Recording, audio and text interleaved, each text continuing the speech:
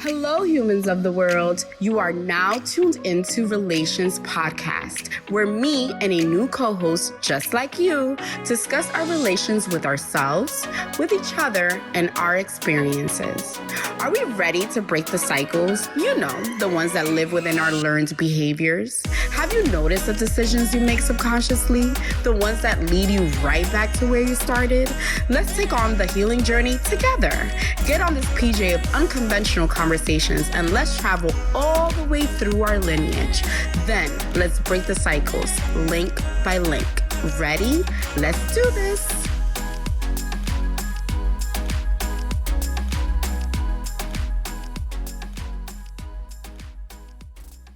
Hello, hello, hello. Welcome to Relations. Hello, humans of the world. We are here again for another amazing episode. And of course, you guys know, not only are we in quarantine and we're recording via video on YouTube, but on top of that, like, we have some wine. The best part, cheers! So everyone meet Shawntee. Shawntee, say hi to the humans. Hi, humans. Happy Friday. Yes, it's Friday, you guys. Friday still feel like Friday in COVID-19. I don't know about you, but for me, definitely. So I always start with how we met. So Shawntee and I work on our day jobs together. And we're also friends. We're also wine buddies. We also like bougie, nice restaurants with amazing food, friends. Yes, we like to eat, we like to drink wine, and we like to do it together and like to have a good time, and we pinch like men's butts sometimes. You know, like the whole thing happens. The whole thing happens. That's Melissa, not me, I promise. It's the things that go on when you and I are together is really cool. So I enjoy our friendship. So thank you for being here. Me too, but just know she's the troublemaker. She eggs me on, guys. She knows how to finish it. Let me tell y'all. Okay, so let's get right into it. Today's premise is to talk about the changes in the family dynamics after death and through grief. So I feel very heavily connected to this. I can relate. I've lost several people in my immediate family as well as in my family overall. And I see the differences of like how we all differently grieve, how we, you know, the family dynamic sometimes doesn't know how to communicate effectively. So I think this is an important topic. And so let's get right into it. The most consistent and assured life occurrence is that the wheel stops spinning. Things end. Our physical selves are not eternal, but we still have a hard time coping with the reality, specifically with what happens after. The shift of the family dynamics are highly impacted. So, Shawntee, let's start. Why isn't death a prevalent open conversation in our society? What do you think that is? Well, first of all, obviously because it's just a part of life, right? Naturally. But I think now it's just so common, like especially with COVID, you know, being active. I think it's almost like every day for me, I know. Mm-hmm. And I just think that we probably need to talk about it a little bit more even to make it, put people more at ease, right? Because you often find that people, you know, like I know during this time I did my will, my last will and testament, my living will, and I even went as far as doing my funeral arrangements, which was morbid. Whoa. Morbid, but it was a fact of life, especially with me having a 23-year-old. Like I want to be able to know that she's not going to have to go through that with my parents, especially knowing what it was like for them having to do it for my grandmother. Like it was dreadful for us. So yeah, I think, you know. That's big. That's big for you to decide to do that, and you're thinking about her, and you're almost getting like the headache out of the way for the future for them, right? Because it's the people that stay that really are impacted. I think that death is like this looming thing that's used to like manipulate us, right? In this like fear-based, it's like, oh, just cheat death, and it's like it's not something you can cheat. Like it's not. I think like you're like lying to us and telling us this crazy thing. But I think that's people's denial, right? Like, Yeah. that's their way of trying to, like, you know, avoid the subject or evade the subject, that is. So, you know, it's unfortunate, but it's a reality of life. And I feel like, especially now with our lifespan decreasing, like, we really have to, you know, attack it head on. Mm. And it's like, you know, although it causes a lot of anguish and, you know, for people to talk about it, especially when it occurs in your immediate family with like really close family members, I think that's when it gets even more difficult. Yeah, yeah, the closer it gets. Mm-hmm. So how do you feel like your family or you have dealt with, you know, death in when it has happened to you guys and as a family or in your even immediate? All right, so I'm going to give you a disclaimer because I'm probably PMSing right now, so I'm going to be extra emotional. Oh, it's okay. Let's try it out. This is what it's about. Anytime I cry, just ignore me. And okay, I cried the whole first episode of this podcast, okay. So don't you worry. Everyone is used to crying here. That's fine. This is what we do. I'm just giving you a warning, but I don't feel like it's coming on just yet. But I'm just letting you know, disclaimer, okay? So going back to your question, I think so a year and a half ago, my grandmother passed away at 85, and that was probably so difficult in so many ways. So I'll give you three. One, because we had to do all of the arrangements together as a family. And you know, already you can't get along as family at times because everyone has a difference of opinions. So imagine having to do the final details of the matriarch's death or the matriarch's funeral arrangements, and no one can agree. And your emotions are like all over the place. They're fireworks, firecrackers, literally. So there's that dynamic. And then you have the other dynamic of dealing with the fact that she was in a nursing home and then in hospice for over a year, which is unheard of. So dealing with that, the daily visits, and even before she went into the facilities, having the responsibility of visiting her. And because I lived the closest to her, she lived a few blocks away from me, I would have to check on her most because it was a lot of my family members just couldn't do it. I think it was like we were in denial, right? So fast forward to when she was in the nursing homes, now everyone's going and we're alternating days that we're there. And it brought us closer together, but then at the same time, further apart. And I don't know if that makes sense, but it's like you're in each other's presence more closely. But then as soon as she passed, it was almost like we needed a break from each other and we didn't talk for months. You know, off and on, right? Like when you say not talking, I mean like there was no more of the daily communications with everyone because I think it's almost like we were like taking a breath, like we were breathing. And maybe it's on top of the fact that the matriarch was the one who left. So I know like with my family, when my grandmother passed away, like it was like confusion for a little bit. People were like, okay, so who takes over Sunday dinner? Who does the turkey? Who, like, it's like confusion. Literally. No, seriously. I mean, you know, it was a challenge. So I think, you know, having to deal with that and then just getting along, and even up to now, like my mom and my aunt, because it was just the two of them that are her children, they're still trying to finalize arrangements for, you know, property and this and that and belongings. So it's a headache. And I think, Melissa, that's why I was like, I don't want my kids to go through this. And guess what? I don't want my parents to have to deal with this again. God, if anything happens to me. So I was trying to be selfless in the sense that, like, you know,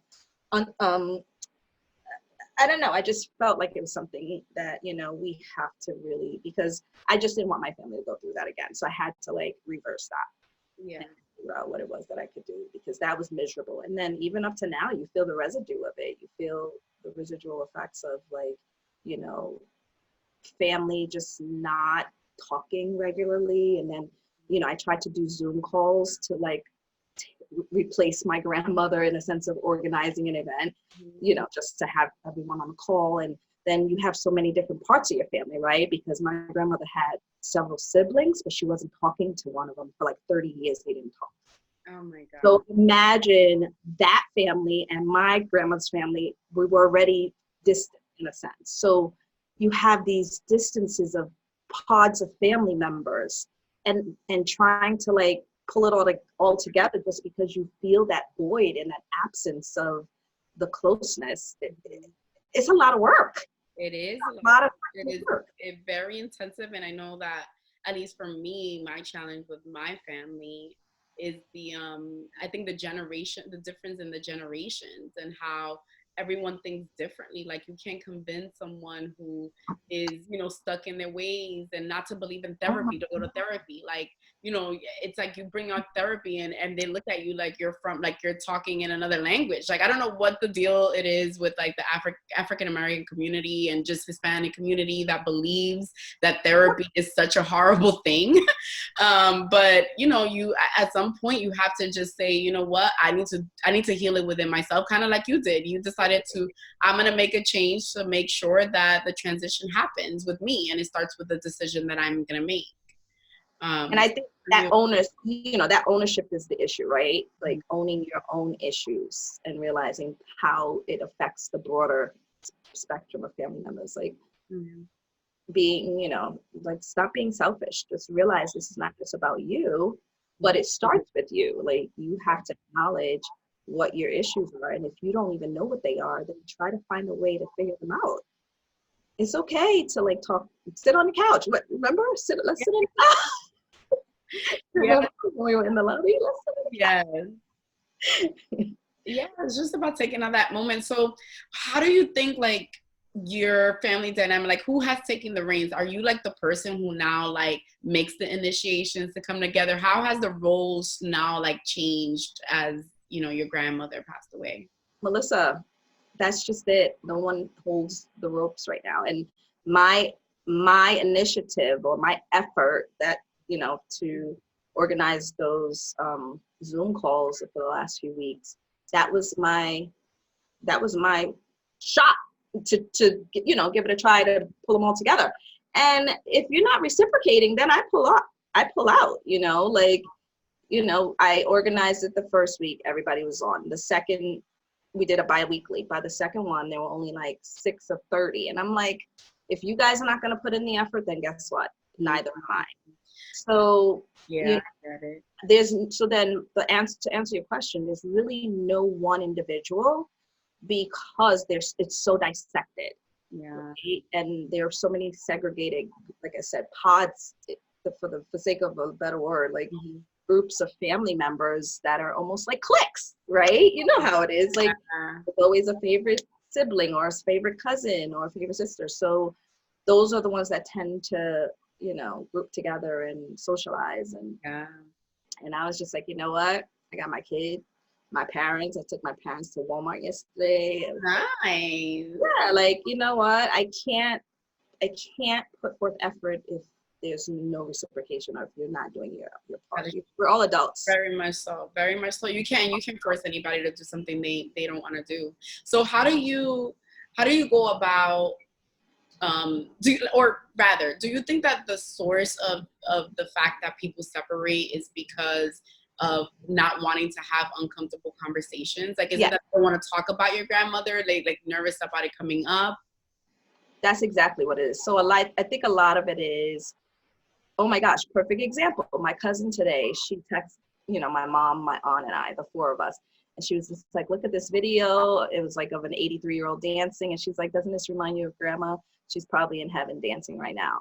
But that's like 1 out of every 3 months that a text like that will come from her. And it's only because it's Mother's Day weekend, right? Mm-hmm. So I just feel like everyone's just, because, we all have our depression, times of depression, right? Mm-hmm. So I feel like what everyone's doing is just huddling into their own space and holding it in instead of us congregating together. And especially now it's challenging, right? But ironically, right when the new year had started, I had already scheduled that we were going to do monthly dinners, but then COVID happened. So we did February. No, actually we did March, just a few of us, but we didn't get to do the rest of the months because that's when everything happened right after the March meetup. But the point is the effort was there, but it has to be a joint effort. And that's what I was saying. Everyone has to alternate, We have our poor cousins, like So my first cousin is like my sister. We kind of grew up together because we were my grandmother's oldest two grands.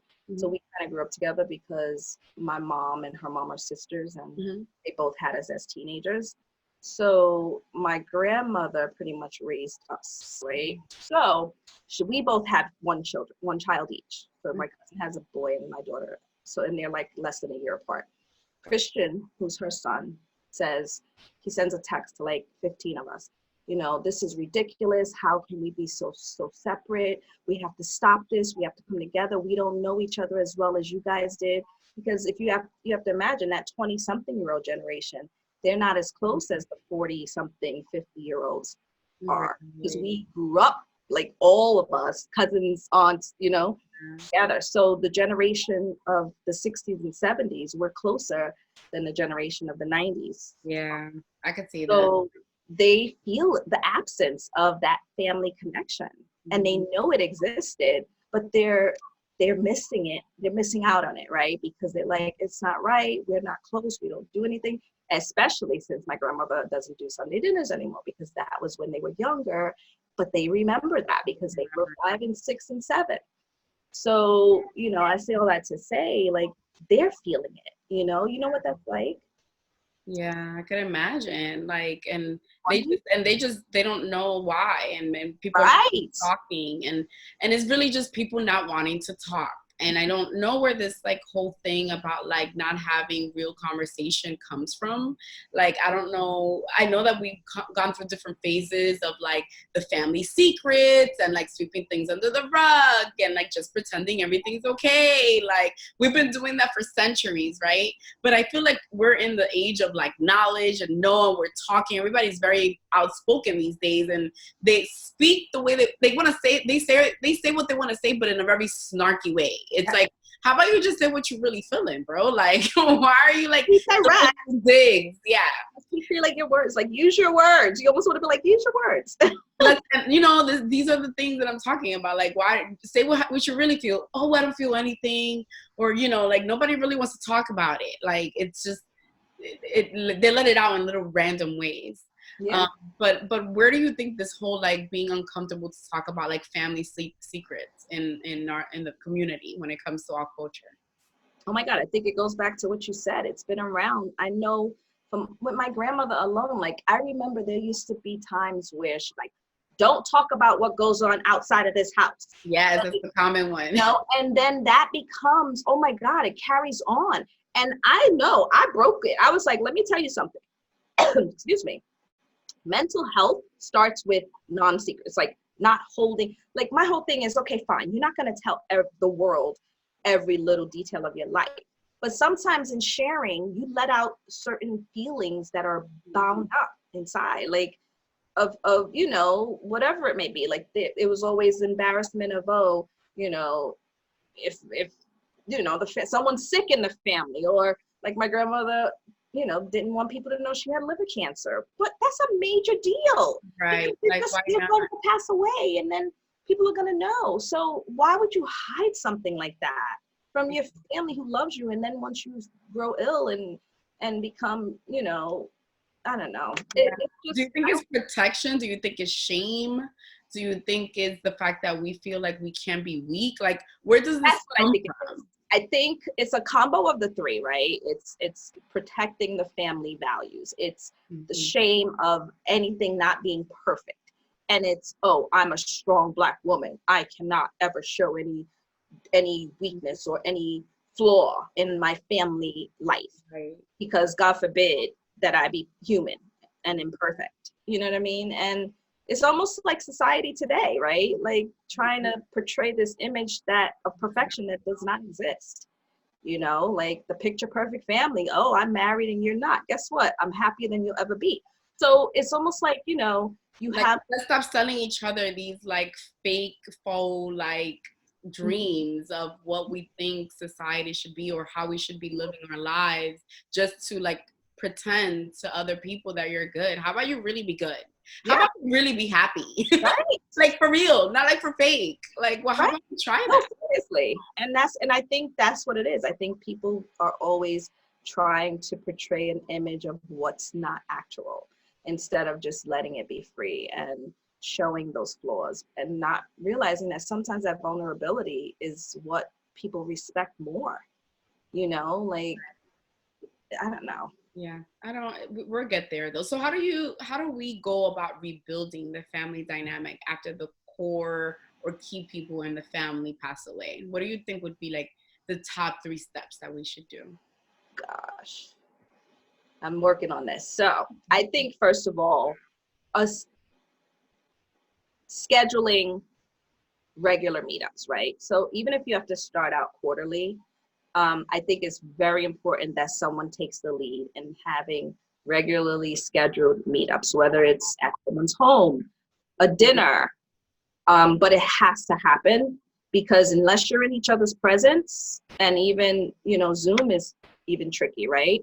But I just feel like you need that family touch, that personal touch, to really get through to people.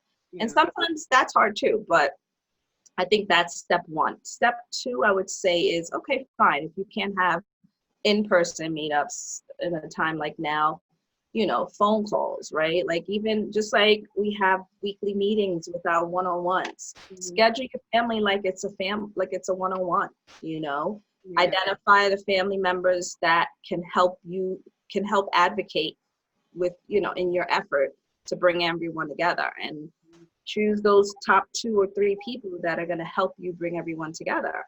And, you need a group of people, because you cannot do it alone.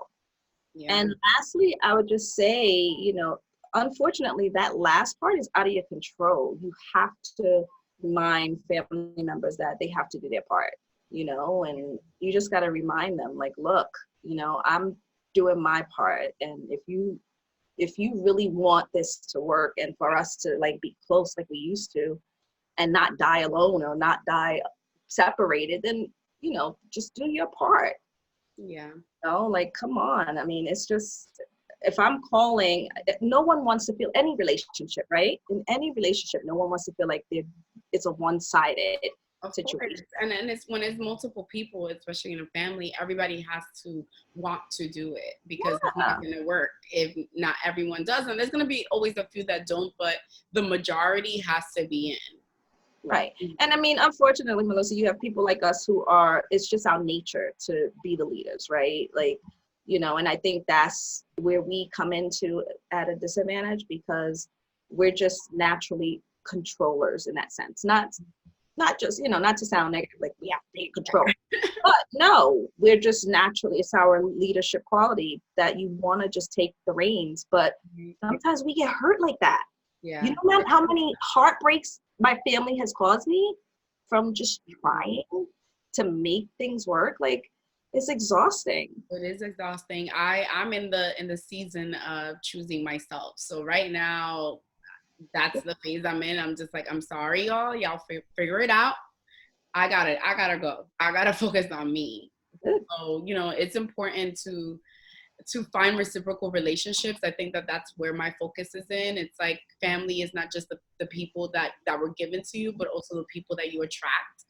And it's okay for me to work on me so that I can attract amazing, light, reciprocal relationships in my life from people that don't have to be my family, but they can become my family. That's true. So I'm creating space for that. Good for you. Congrats. Cheers to that. Cheers to that. Clink, clink, clink. So, as a parent, do you think it's valuable to speak to your child about death? Mm-hmm. So after I did the will and the living will and last testament thing, yeah, I said, Sierra, here's the link. Ma, I don't want to. Okay, fine. I don't want to talk about that right now. so I was like, well, I did it. You need to know where it is. I'm just saying. She's like, okay, thanks. Okay, but I really don't want to talk about that right now. You're not going anywhere. I was like, okay, but just understand it. Tomorrow's not promised. All right. And I did the same thing with my parents and with Sierra's dad, who's, like married, unmarried, my unmarried husband. But my parents is where, like, I must have really scared my mom, because every few hours that day she called me and she's like, why did you do this? And what's going on? Tell me the truth. And she reminded me of my attorney, because I had called an attorney at one point to do all of this for me. He's like, what do you need to do this for right now? You're 47 years old. What do you need this for? And I'm like, because COVID.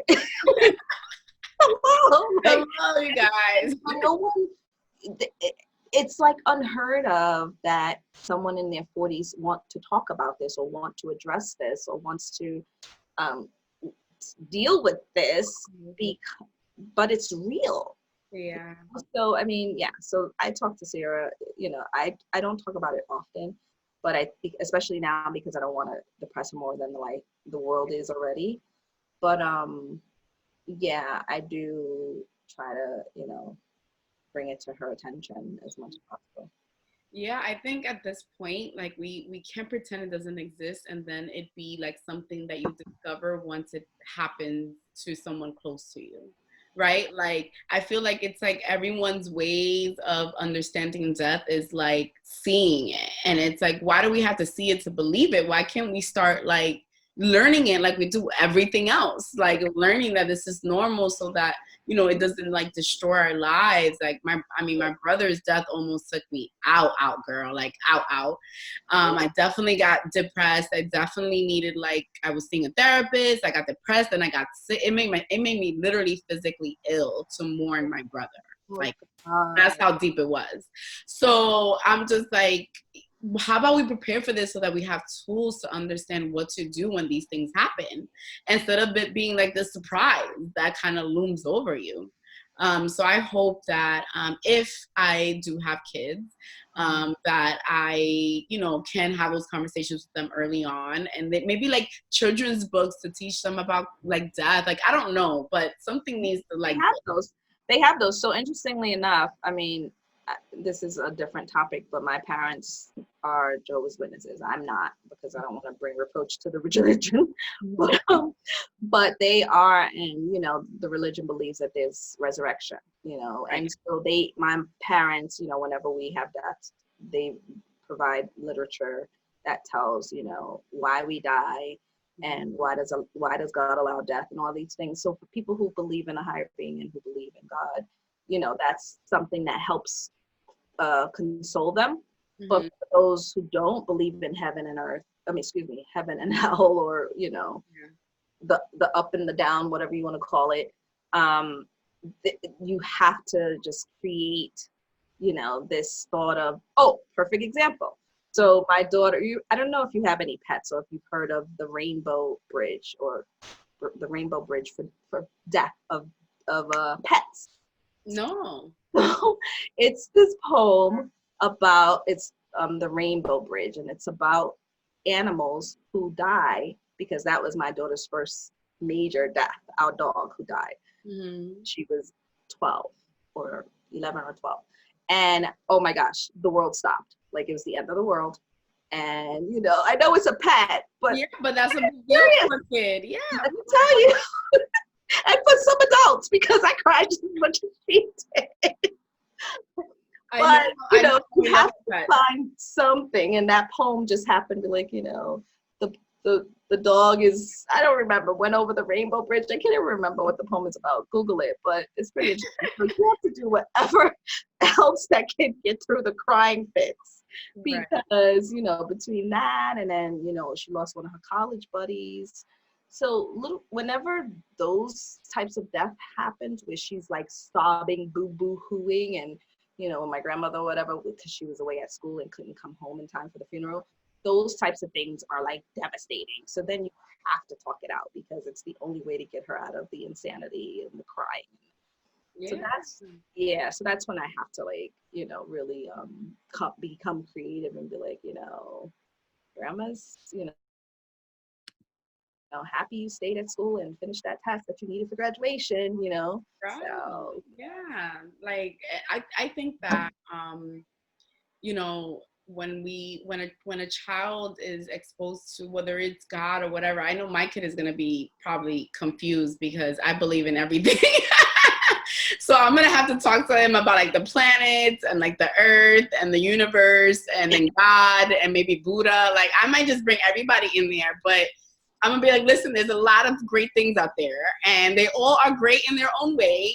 And just believe in your higher self, whatever that may be. And in that process, like, I don't know, I guess it's just enjoy being here, enjoy being in the moment, enjoy what we have, like be grateful, like say thank you more, because today is not promised, and every day is really a gift that we're getting. And I think that is probably going to be the one thing that I'm going to ingrain in my children or my nephews and nieces. But that's what I think I do with Sierra too. Like, live hard, live happy, and live hard, right? Yeah. Like, don't be afraid to just always enjoy every part of your life. Some people are miserable living.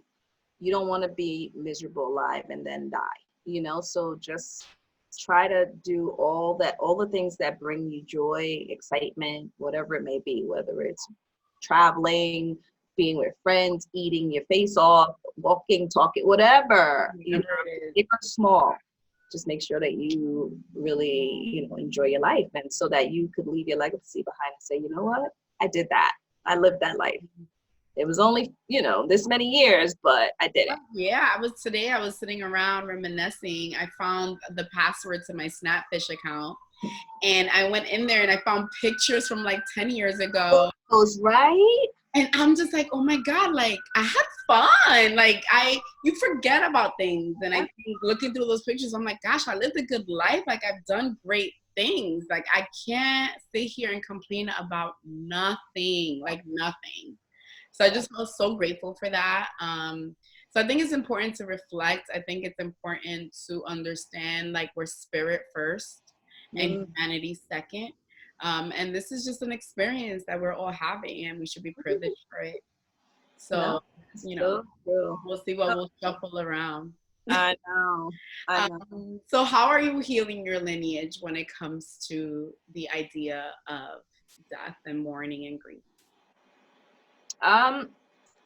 It's a day-by-day process for me, because even today, I cried about my grandmother, knowing how, we would be going out to dinner either tonight or tomorrow or Sunday, and, just thinking about how you really, it's unfortunate and it sounds so cliche, but you really don't appreciate people until they're gone, right? Like, you appreciate them to an extent, but then you have another level of appreciation that you don't ever get to.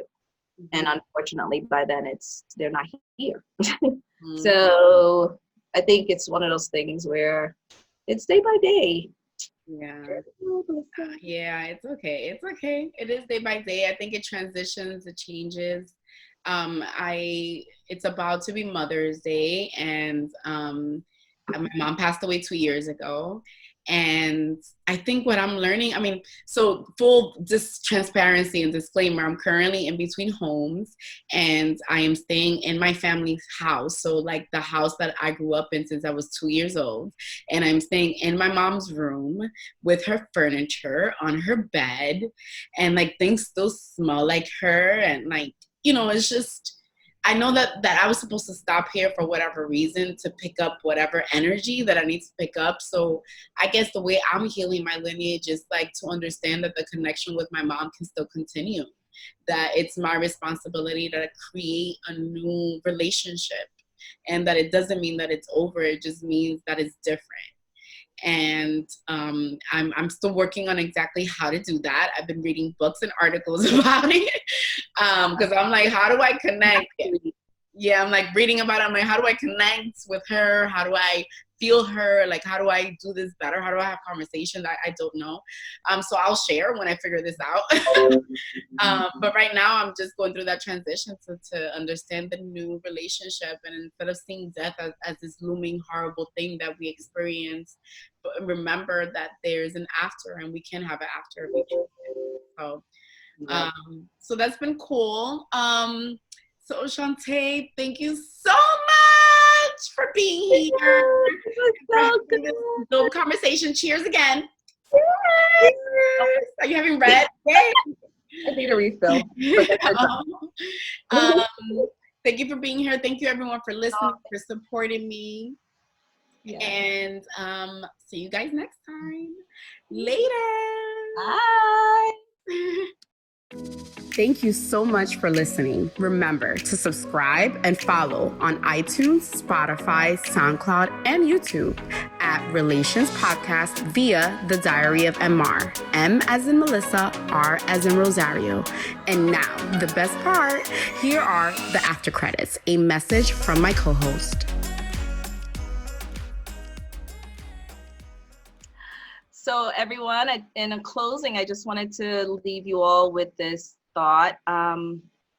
Death is, again, a part of life, but it's the final stage of life here on earth. So I think it's important that you remember all of the great things that happened in your life with the person who you lost, and just, kind of think of the happy thoughts, right? The memories. Look at photos. Photos are so healing. For me, the best thing you can do is sit there and just like Melissa said earlier, go through your Snapfish or whatever app it is where you have all of your photos and look through them. And those memories just make you laugh. They'll make you cry. You'll have every spectrum of emotions, but that's part of the healing, because to be able to know that you had these memories and they are documented in a visual aspect, it will definitely help you feel better.